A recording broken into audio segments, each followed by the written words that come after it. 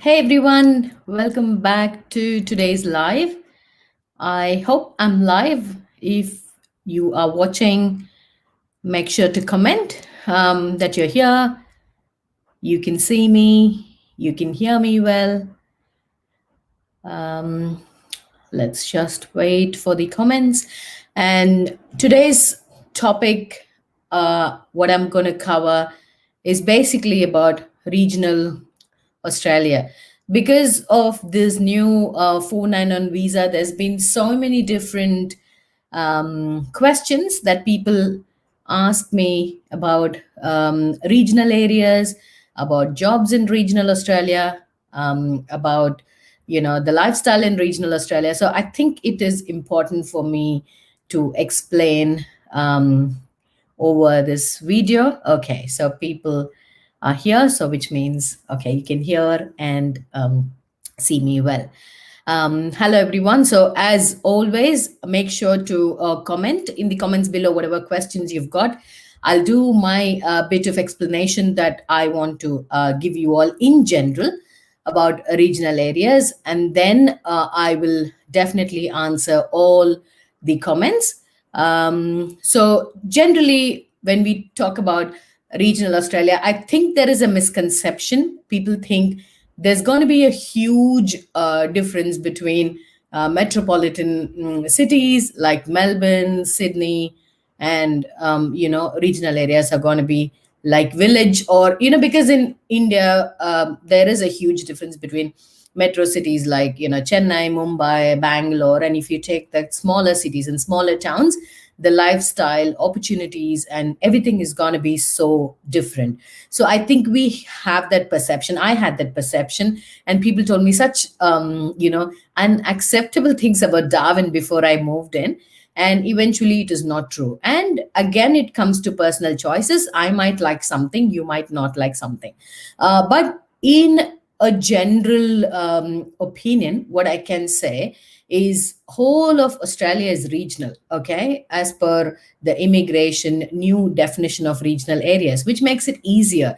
Because when I came in, there were few postcodes, so I had to literally Google the postcode number and find out which area it is and go to Google Maps and see where it is, how far it is from the city. So there's so much of thoughts and so much of issues that comes into finding a place to stay, finding a job in that particular postcode where you're restricted. So I think that kind of restrictions make people a little bit more panicked or stressful, I would say. So that makes us anxious.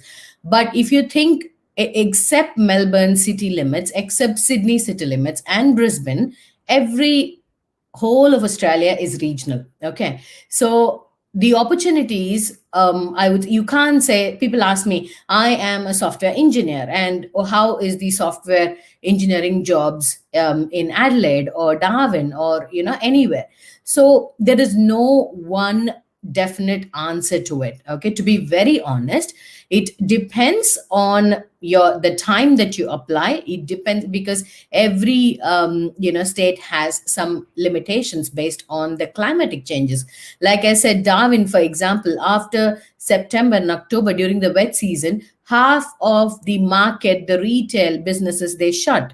Okay, that which depends on the open market type of business structure. They don't exist during the wet season. Okay, so such things it is important to know. But if you are looking for office, professional, administration kind of a jobs, offices are open throughout the year. So there is no one answer saying, okay, if you are an electrical engineer, go to Geelong and you will get 100,000 salary. There's nobody who can say that. Okay, so based on your research, like I've said in different videos, Seek would be your best place to start off. So go to seek.com.au.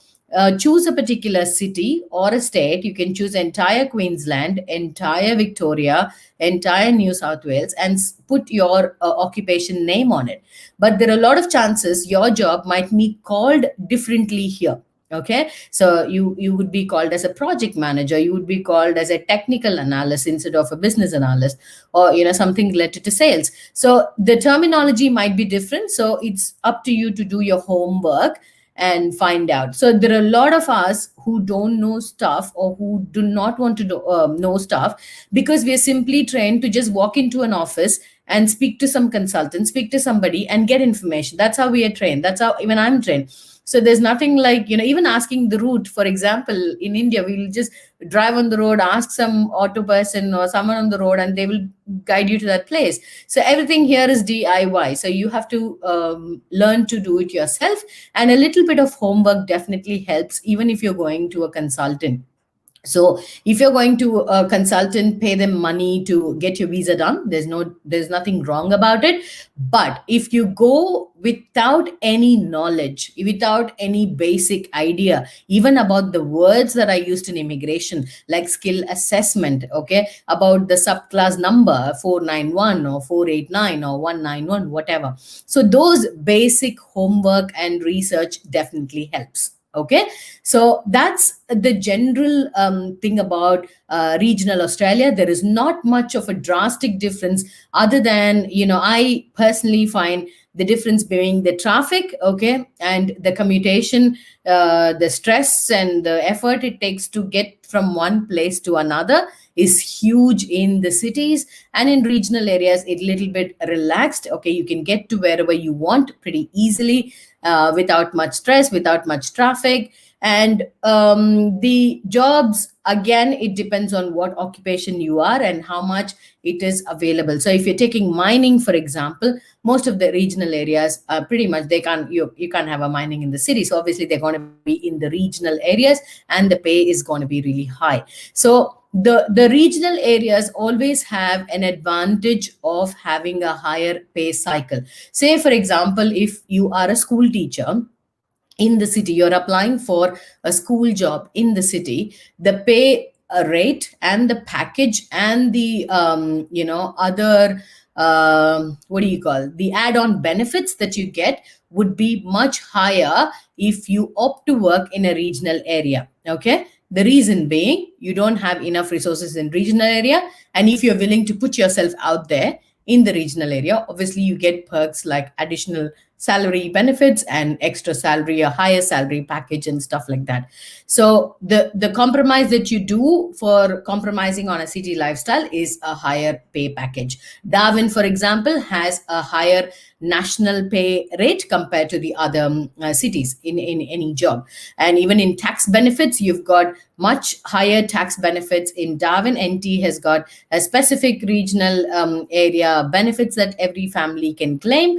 So there are benefits when you move to a regional area, especially as a migrant. When you're looking it as a stepping stone, it's not a bad idea at all. So whatever state you get, whichever state you get, take it. Do not think, don't have that mindset, I should sit as a software professional, I should be a regional manager for a nationalized bank. It is not going to happen straight away. Okay, I'm not saying it will never happen, but it'll take some time for you to get adjusted to the culture, to the work ethic, to the work environment, and then it'll eventually happen. So do not have that limiting belief, do not have that mindset block, and don't stress too much about it. All you have to stress is to get your foot here, get your legal entry with a valid work visa, and everything will automatically flow through it. Okay, so don't worry, don't stress too much about where I have to move to get my job. All you have to do when you come here, you will know it. But I just want you to don't know the truth after you get your foot burnt. Okay, so it's easier to understand it and know the reality and expect what you are getting yourself into. I didn't have anyone to say this, and the first I think on day 2, I literally remember the very first day I landed in Australia, that same night I started applying for jobs after I got my local phone number and address. And then I started applying. And the next day, or day 2 or day 3, me and my husband, we just went walking in all the retail shops in the area where we lived, and we just handed out our 1-page resume. So I didn't want to regret later saying that I could have tried it, I could have got a simple job just to start off to pay your bills, because every week whatever you do, you have to pay your bills. You have to pay for the rent where you stay, you have to pay for your internet, you have to pay for your water and current depending on where you stay. So don't get to the stage where you get depressed and you go to the last job possible. Okay, that's one thing that I want you all to know about the reality of living here wherever you go. And the metropolitan city, obviously you have opportunities more. Sydney, for example, has so much job opportunities, and on the other side you have so much of competition as well. The more opportunities, the more competition. And also about, it's about you adjusting to the traffic and lifestyle and hustle, and it's up to you what you want to do. So if you're smart enough, people living in regional areas like Adelaide, Darwin, Geelong, and Gold Coast, such areas, Perth, for example, it's a huge area, but I have no idea about Perth. That's why I can't comment. But that's a huge state. A lot of opportunities for mining sectors, I've heard. And people who have visited Perth have said it's so beautiful, they want to go and settle there. But I personally have not visited. I don't know many people personally who live in Perth, but they say there is a huge sector, but it's completely secluded from Adelaide because it's completely on the western side, detached from the entire Australia, according to me, because that's like a separate whole world by itself. So all you have to think about is your priorities when you move to any area. It doesn't matter if it's the biggest city in Australia. How does it matter to you?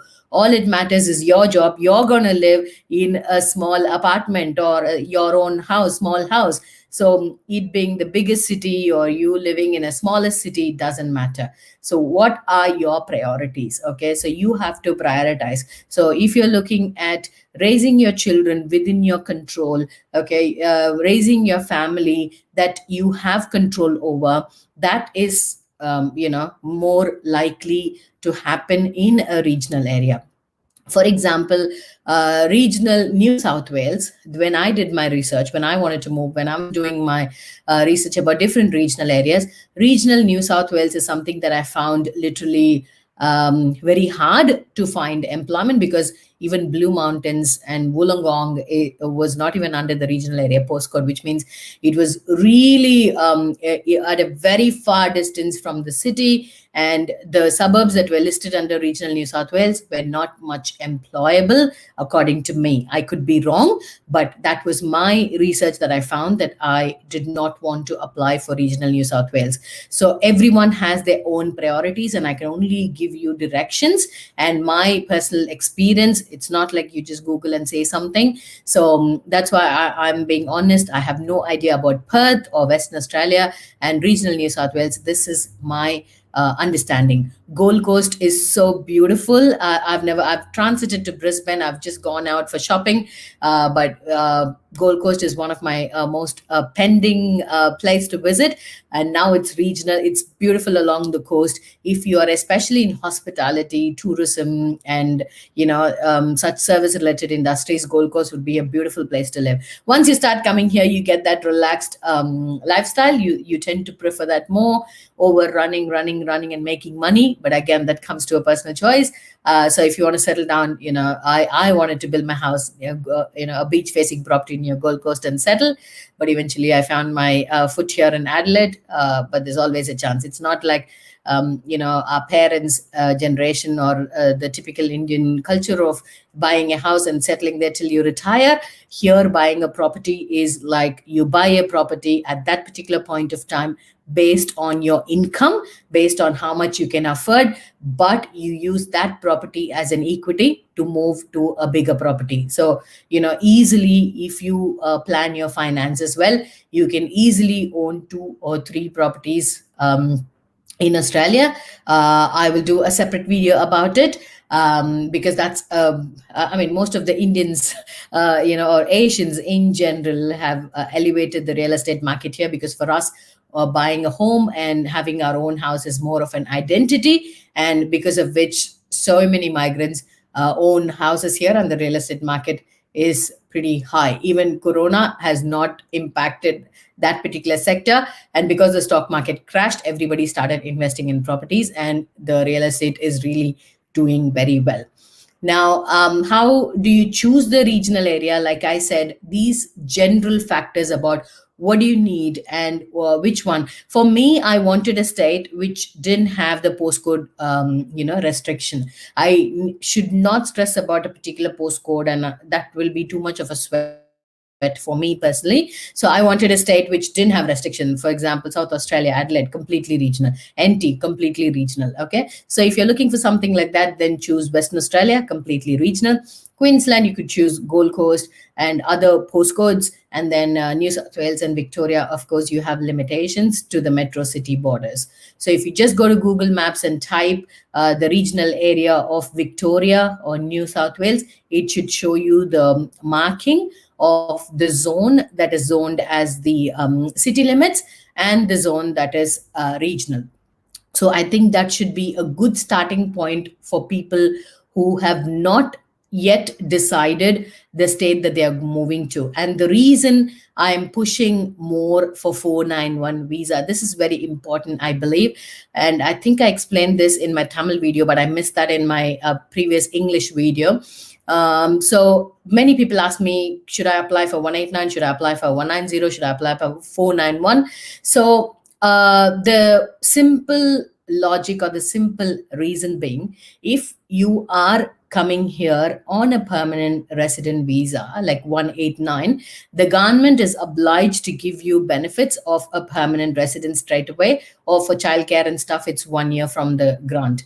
Now, if you're coming as a temporary resident, so whoever comes here, even student visa, you're considered as a citizen for tax purposes. So you pay taxes as equal to a citizen, but you do not get benefits equal to a citizen. Okay, and that's very clear. Okay, there's nothing you complaining that it's unfair, because we know that even before stepping here. So we agree to it. We agree these are the benefits that the government is going to provide, and I'm happy with it till I get my permanent residency. So don't whinge and complain after coming here. This is what I hate about people, that after coming here they complain about the tax, they complain about not getting stuff.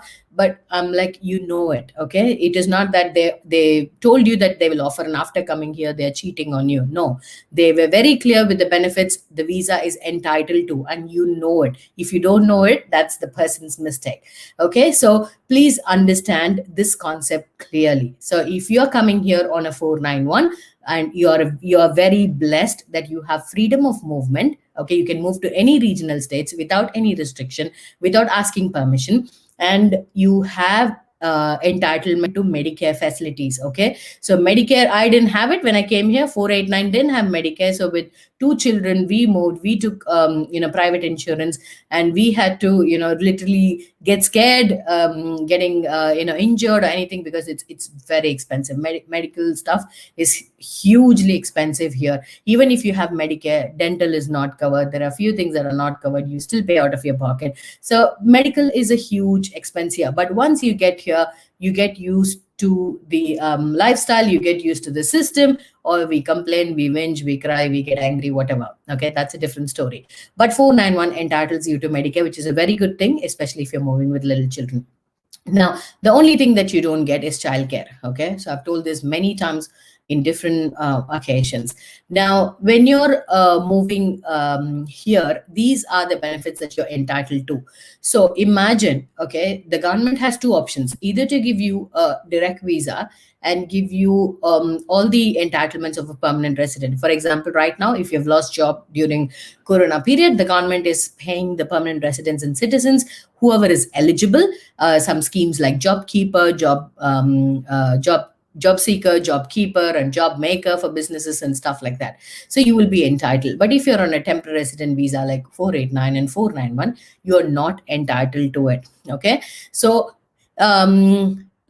as a government, which one would you prefer? Would you prefer more of an income? Would you prefer more of an expense? So it's a simple common sense question. And that's the reason I say, people, all you need is an entry, and you can get that legal, valid, unrestricted work rights using 491 visa, which is more chances. Especially they made so much of a refinement into this 491 visa from 489 to populate, to migrate, move the populations to regional area. So when they've put in so much of efforts in refining a visa subclass, they will obviously have more attention. They will have more priorities to 491. So that's a simple thing. So that is a reason I keep telling people, do not sweat about permanent resident or temporary resident. Get an entry and then you can move on. Okay, so that I think is the biggest answer, or the biggest question that I wanted to answer, because I get so many questions similarly, but it's so tough to answer in text message, and the text message obviously can misguide, can mislead people, and that's the last thing that I want to do. So that's the reason I thought I'll do this frequent lives, so it's easy for me to answer people queries. Otherwise I get such vague queries. Like I said, it gets frustrated to a point where I'm like, how am I supposed to answer this question with such generic information, with such vague information? It gets to that point. So I think we can make use of these Sunday lives to make all the clarifications and questioning, so it's easier for me to explain, or at least tell you, dude, your question doesn't make sense to me, or I cannot answer this question, or it's irrelevant, or whatever it is. So do not think about regional area. There is not a big drastic difference between cities and regional like we find in towns and villages and cities of India. That's the best way I can explain. And also the opportunities depends on your occupation, the amount of effort you put into that job application, how much you refine your resume to Australian standards, how much you know the terminologies used in Australian, the employment sector. So there's so much goes into it. It's not a one word answer. If someone says, I've not got a job, I've tried everything and I haven't got a job, which means there's some missing piece of the puzzle they haven't figured out. Okay. So don't stress, and always prioritize 491 when things become normal. I think my personal suggestion, okay, always I add this disclaimer. So my personal suggestion, because they've invested so much of thoughts and efforts into a newly refined regional areas, regional visa to promote and migrate people to regional areas, obviously that has more chance. We as migrants, all we need is a valid entry. And definitely, according to me, 491 has more chance to give you that legal entry. Okay. With that bit of my yarn, let's go to the questions.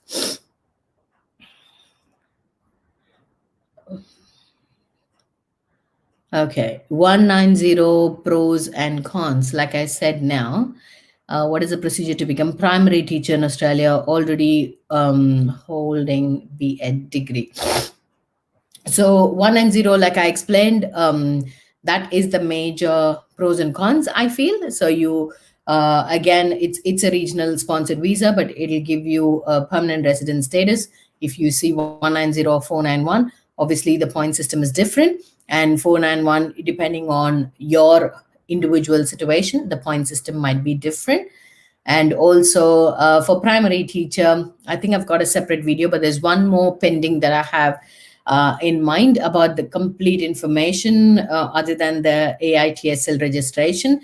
So basically, all you have to do is do a skill assessment to check whether your B.Ed, because in India, there are so many different B.Ed certificates that I know of, and I know people have got, and it's so easy to get from certain universities. So that's why I cannot comment about these things. But on a general note, considering the fact that your B.Ed is legit, you can apply for a skill assessment, and check whether your educational qualification, and assuming you were a teacher back in India, whatever you can submit your credentials to the assessment authority and get assessed. So if you have a positive assessment, you can directly migrate as a teacher. But if your qualification is not valid, if it is not being accepted, then in that case, you have to come here and do a course. So if you've already done a bachelor's degree, any bachelor's degree, you can do a master of teaching here in any Australian universities. And if you do not have a teaching degree, if you do not have a bachelor degree, if you're migrating after 12th, or if you want to do a bachelor degree, then it's called a bachelor of education and graduate, whatever. So that will give you the necessary qualification to get your teachers registration. So there is something called TRB, Teachers Registration Board, for individual states. So every state, wherever you're moving, you have to be registered with that state to get a teaching job. Okay, so each state will have different criterias, and obviously when you're migrating from one state to other, the interstate transfer of the registration is easier. The first state is a little bit tricky because we don't know what it is. Okay, so I hope that question is clear. Hello Priya, nice to see you. Hello to Milin, Manikant. You would touch upon the following points. Okay, software professional demands in Adelaide. I think I answered this first. Like, there's no one short answer to this particular point. Like I said, Adelaide or South Australia being the state with highest rate of unemployment according to statistics. This is where I've got the maximum number of jobs within the first 2 or 3 weeks since I migrated. So there should be no dramas if you make your efforts and your a little bit of research before you come in here, and the support here. Once you migrate, get in touch with me personally, and I'll put you through to the right people who could help you in securing a job. So that much I can promise. I mean, I'm not promising, that much I can help. Fatima, finance professionals demand. So the finance and accounting, I feel there is a bit of hype. Okay, I'm not sure exactly finance and how similar or how different it is to accounts, but accounting, I think there's so much of hype. I have my best friend, school friend, who's done accounting here, and she's working in kind of related field. And then I have a couple of other friends who worked with me who have done accounting courses in Australia. They came here as a student visa, thinking, and it's a general thing, accounting, there's so much of scope. There is, because every major businesses have a separate accounting team. They have their own finance team.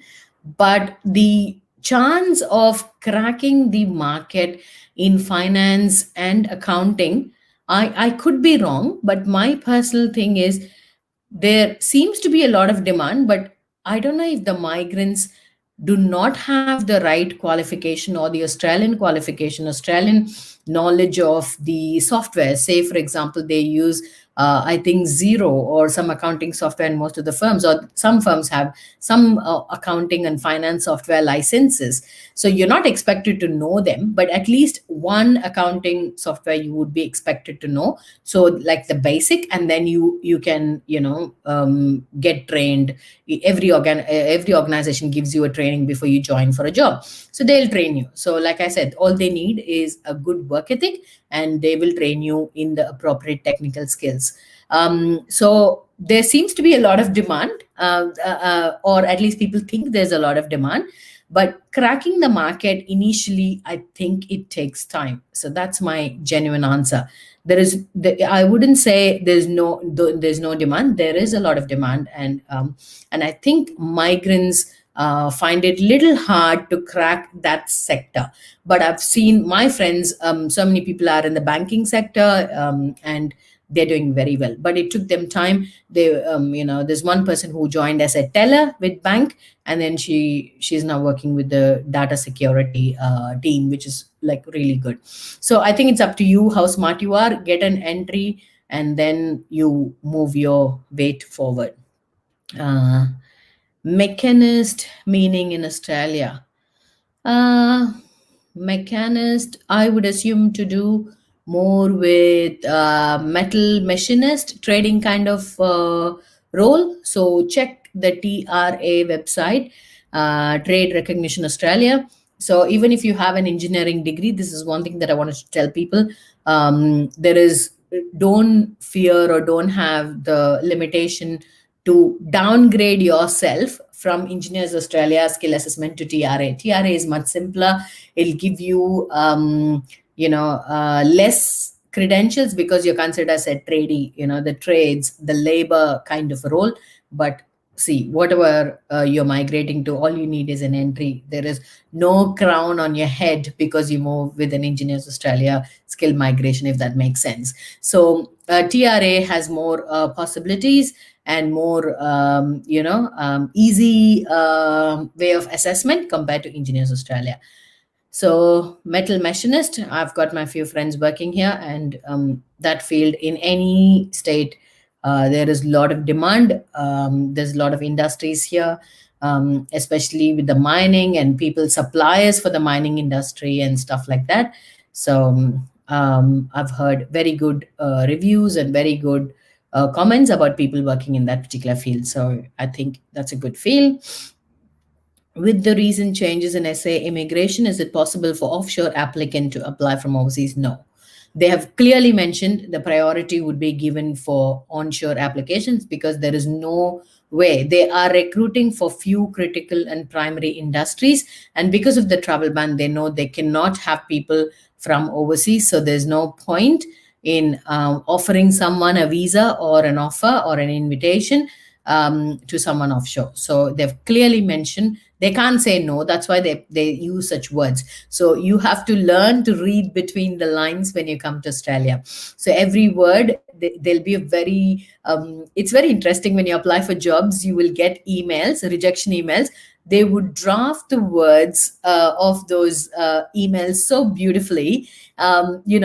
You'll be like, oh, I think I got this job. And you'll keep reading that email because they'll keep praising you. They'll be like, thank you so much. Your skill set is amazing. You've got amazing skill set. And then you have to skim through and find the word unfortunately. So unfortunately, at this instance, you were not selected or you didn't progress.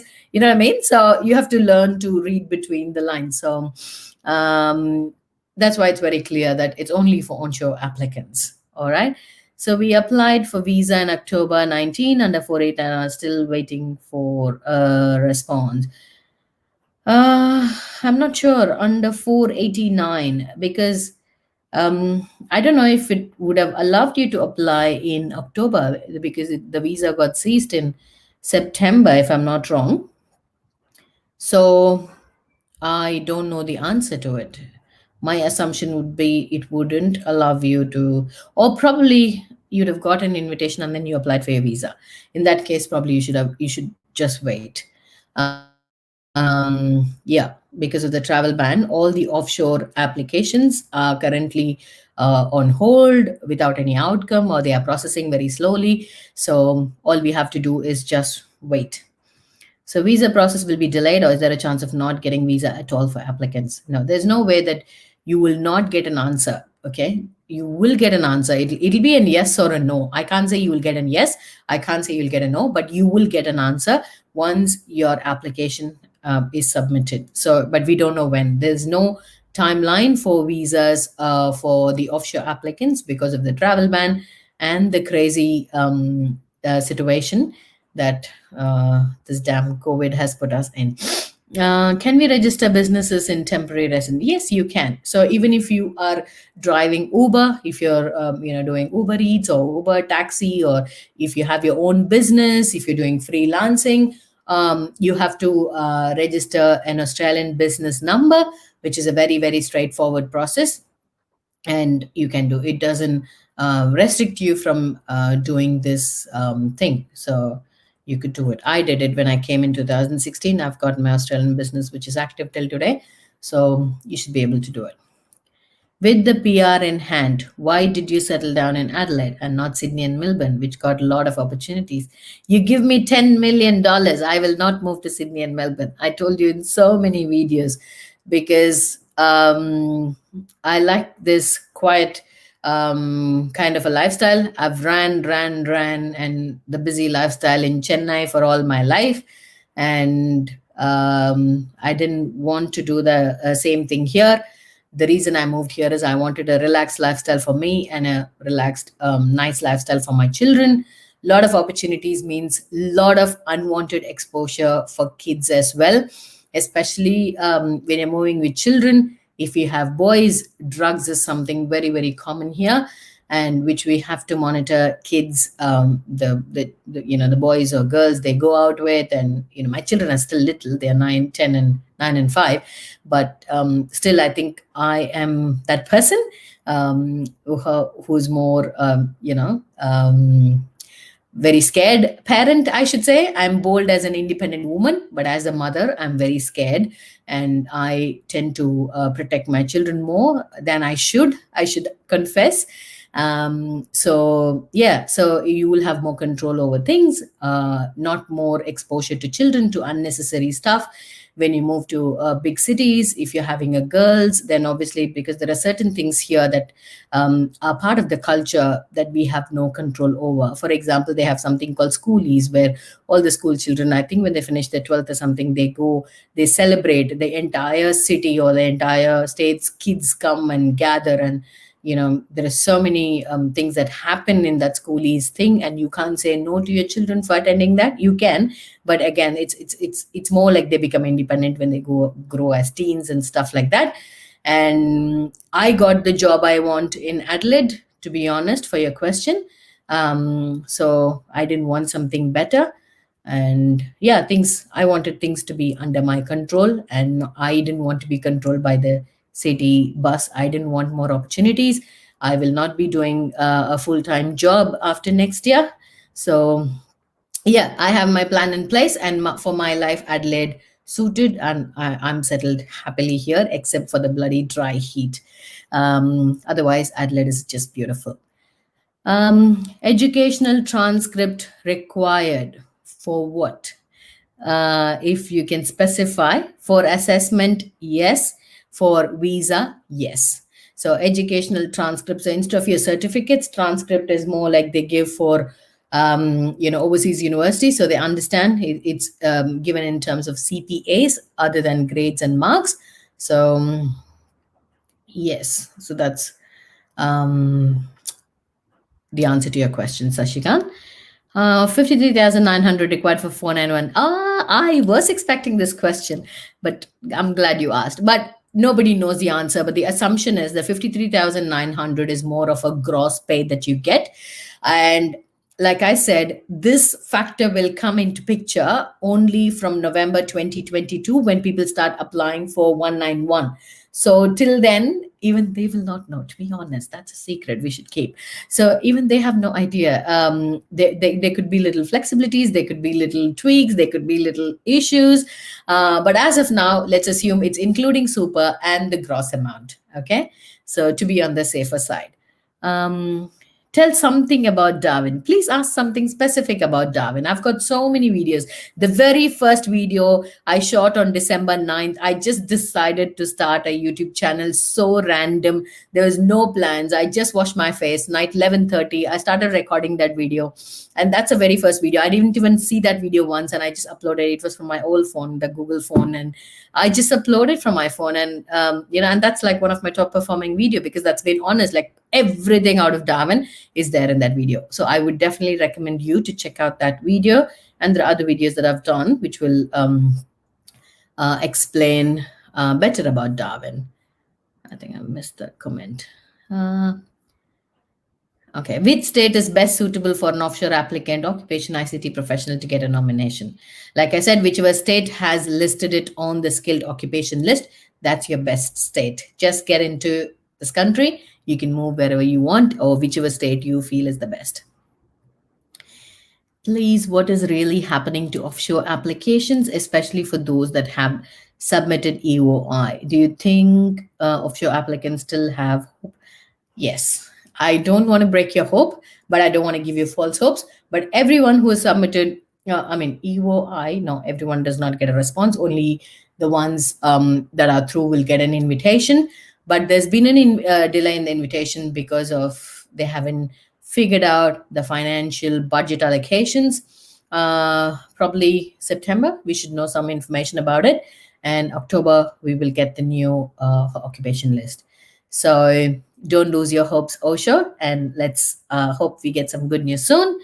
List of occupations which are in high demand in Australia. Obviously, we have to wait for that list of occupation in October for this year, because every year it keeps changing based on their government's priorities, the state's priorities on what they want to invest in. So definitely we have to wait till October to get that answer, Deepa. Charles Darwin University is best for PR.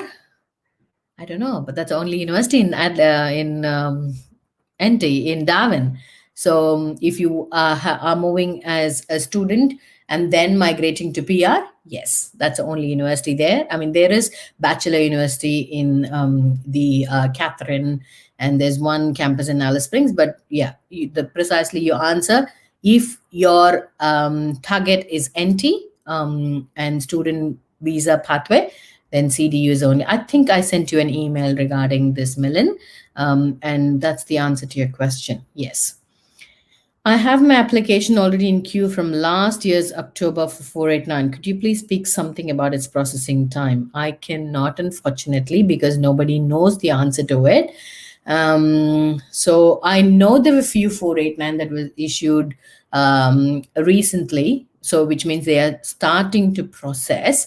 There are some tracking spreadsheets that some people use for these visas on different forums. I think that will be helpful for you to identify, because they are real people who are processing it realistically with the time frame they tend to track. So based on that pattern, you can check. So my advice would be to get on to different forums and network with people, or get access to that tracking spreadsheet and find out who has got when. So you will know if you have submitted in last year's October. So if they're processing last year's September, then maybe you'll get it after. So that's the way you find out the pattern of offers for visas.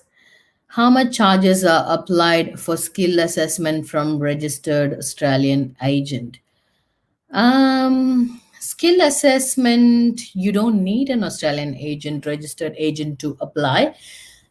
Okay, I would like to clarify this point. I think so many of them have, questioned about Mara agents and lawyers. I think these are the terms that agents in India use to, what to say, to prove their credibility. Of course, Mara registered agents are credible. And if you have, so people here, they go to Mara registered agents when their case is very tricky and challenging. Okay, if their visa is expired, they can't fight with the immigration, or they have no way that they could extend their visa. They've already been given like do not have the re-approval, there's no extended entry. So there are a lot of complicated cases where they can't handle their visa by themselves and they need help, or they need some loopholes. That's when they go to Mara agent technically. Or otherwise, people who don't want to do anything, or who have not done their research, they just want to apply for the PR. After coming here, they go to an agent and do it. So that's a lot of money. Even for consultation, it's charged per hour as per Australian standards. That's one thing that I want you to know. From India, when people say that we've got Mara agent, which means they will have somebody here who will be doing the paperwork if required, if the case is complicated. Otherwise, it'll be handled by the normal clerical admin staff who's processing your papers. So don't get confused with such flashy names. We all tend to get carried away with such flashy names like registered, legal agents and stuff like that. So for skill assessment, you have to go to your skill assessment authority's website. So based on your occupation, if you're a mechanical engineering, like I said, Sashikant, TRA would be your best source. So go to TRA's website and see the fees for skill assessment. So it'll give you exactly what's the amount that you have to pay to that agency to do the skill assessment, and you can pay it directly to that particular skill assessment authority. Okay, so that's your answer. There's no need for an agent to get involved. But if you're doing it with an agent, then the agent will do the entire visa process for you. They're not just going to do the skill assessment for you, I would assume. So yeah, That's the answer to your question. My wife has applied for masters in teaching mathematics. Okay. Okay. Is it easy to get teaching jobs in Adelaide?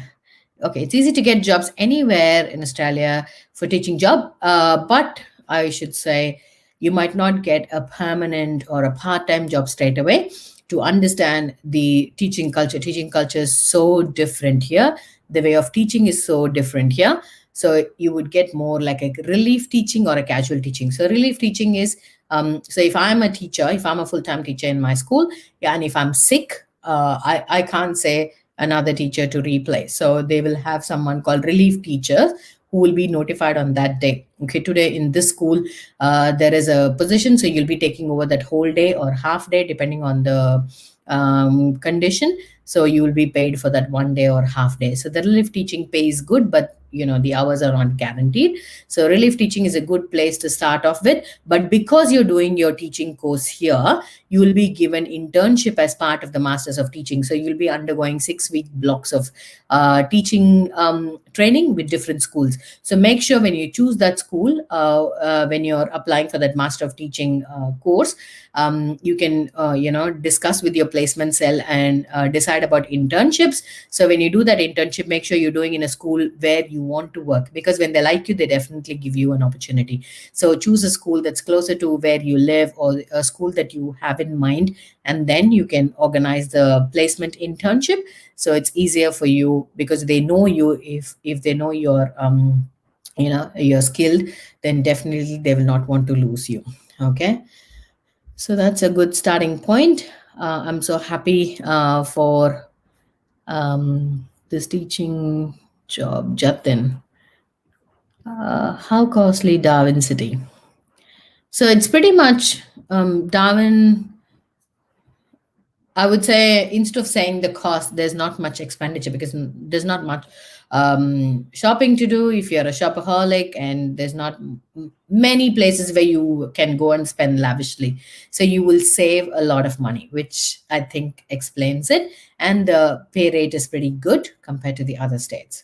So cost of living depends on how you want to live, where you want to live. As a student, you could stay in a house with 10 people sharing accommodation, which will be very cheap. If you're taking a separate house, it depends on where you want to take, what kind of. So everybody can live in Australia with what they want. So I can live in a house with, like $200 rent per week. I can stay in a house $1,200 per week. Depends on what I want. So it depends on how frugal you want to live or how lavish you want to live. So that's the answer to your question.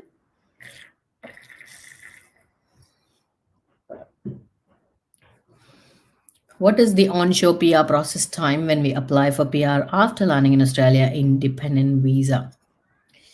It depends on the time you apply. Okay, so right now it's called the 887 visa is the one that they give for 489 people. And when I applied, the processing time was 12 months when I applied in August 2018. And when my application was processing, it moved to 24 months. Okay, and then I got it in 15 months. Right now, my friend applied in June and he got it last week, which means it's just 3 months. Okay, so because they're not processing the offshore applications, they are processing the onshore. So assuming you will land in Australia in 2021, and after 3 years you're assuming 2024, nobody can predict. So let's just wait and get your entry into Australia first, and then we will decide about PR. Don't sweat about PR. That's what I'm telling you. So what about student visa? This is what I can't answer because your question is very vague. I'm so sorry. Hi, Priya. How are you? I'm very fine. Need information about school education. Did kids face any racism in school? No. I wouldn't say it's racism or bullying, as they call it here. I think there was another person who asked me in comments yesterday about racism, and to be very honest, we Indians are more racist than Australians, because we form groups here based on the place we come from, People who speak Hindi are grouped separate, people who speak Telugu are separate, people who speak Tamil are separate, and we form groups and we form all these differences of opinion. We bitch about people, we stab behind people. And I've had so many. I mean, me meaning not me personally, but people who know that our own people, our own community does more bad to us than Australians. Australians will be very straightforward, very they know where to keep the limits, where they know where to draw the line. If you're a colleague, they'll speak to you really well, they're very nicely, very friendly, and out of the door, if they see you outside in a shopping place or something, you would just share a smile, and that's it. You would not intervene in their space, they will not intervene in your space.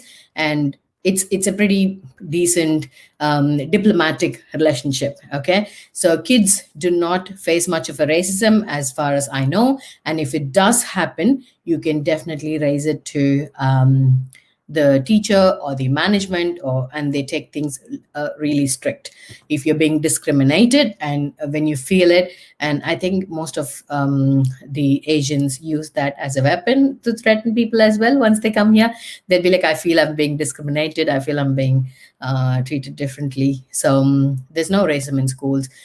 If you're moving with a child who's, say, not too young, not too old, they will have a problem with the accent and the language, but kids pick up really quick. So there's no issues with that. I've got my application. IELTS will expire in December 2020. Is it a matter of concern if I won't get visa? I think it should be okay, but it's always good. So in situations like this, what I do is I write a letter to the case officer, like a self-declaration. And if they ask, obviously, you'll be given only 28 days, and it's very difficult for you to organize a date and get it in 28 days. But I wouldn't stress so much about it. But again, it depends on the case officer. Okay, because at the time you applied, it was October 2019. It's almost more than a year, so it's technically not your fault because of COVID. But I would suggest write a letter and attach it an email account in the other document section. Just say to the case officer, Department of Migration, that because of COVID, there's been a delay in this, and my IELTS would expire. So if there's something required, please do not hesitate in touch with me, or just consider based on humanitarian grounds. You can just add masala to your story and just give them a self-declaration letter, and we can only do what we can do. Or if you're more concerned, if you can write some exam PT in between, you could do that. If people who want to play safe. So it's up to you. How do you want to take it? Is it possible to get an invitation for 491 from other states staying in Victoria currently? Is it possible to get invitation for 491 from other states staying in Victoria currently? Yeah, okay, assuming you are a student or someone here, yes, that's definitely possible. Which state sponsor university lecture under 491? No state now. I think after 2016, there's not much of university lecturer happening, but we'll have to wait for this occupation. So 70 score without state sponsor and points of spouse. I think 85 should be decent enough for you to get an invitation if it's listed. Even if it's not listed, just put it in the pool and see how it goes. Okay, so wait till October, look at the occupation list, and throw your EOI in the pool, and let's see how it does. So cutoff for electrical engineer for 189, sorry, nobody knows at this stage, so I'm afraid I do not know the answer. As ceiling for university lecturer increase this time, is it beneficial for offshore applicants? Definitely. In that case, yes. Possibility for chemical engineer with 75 points offshore, 189 or 190. Which one is more likely to expect? I think I've answered it in the first half of the live about the differences and what you should do. So we do not have any information about any occupations and occupation ceiling and cutoffs. So at this point, all we have to do is wait. How is the scenario for daycare center if the child is above 5 years of age? How long are school hours and how long will the daycare timings be? Just to get some idea in Victoria and regional area. So I think all the states above five, your child will go to a full-time school. So it's called primary schooling. And so they have before school and after school hours care. So before school, I think it starts from 6 or 7, depending on the state, depending on the school. Every school has contracts with different people to do the after school care and before school care stuff. So it'll be a building inside the school campus, or in the same campus, where they can go. You can drop your child, sign them in, and from there they'll go to the school, and after school they'll come to that care, and then you will go. And most of the after school care closes by 6 o'clock. So yeah, I think that's the answer to your so there's no need for childcare for 5 years child. They will go to a full-time school, which is a relief, which is cheap, very cheap compared to childcare. I've cleared my language. Tell me the validity for CAE for student and PR under 491. I've cleared exam. I'm sorry, I have no idea about the Cambridge exam validity. You will have to check your certificate to see until when it's valid. My 489 essay is in further assessment. Can I lodge another visa for MS Feb intake? I do not know what you mean by further assessment. Has the case officer been allocated and have you accepted the invitation?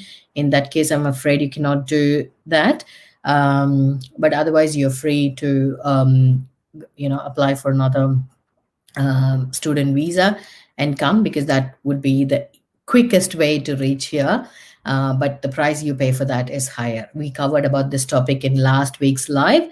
So if you just want to refresh, just go back to that video and check it.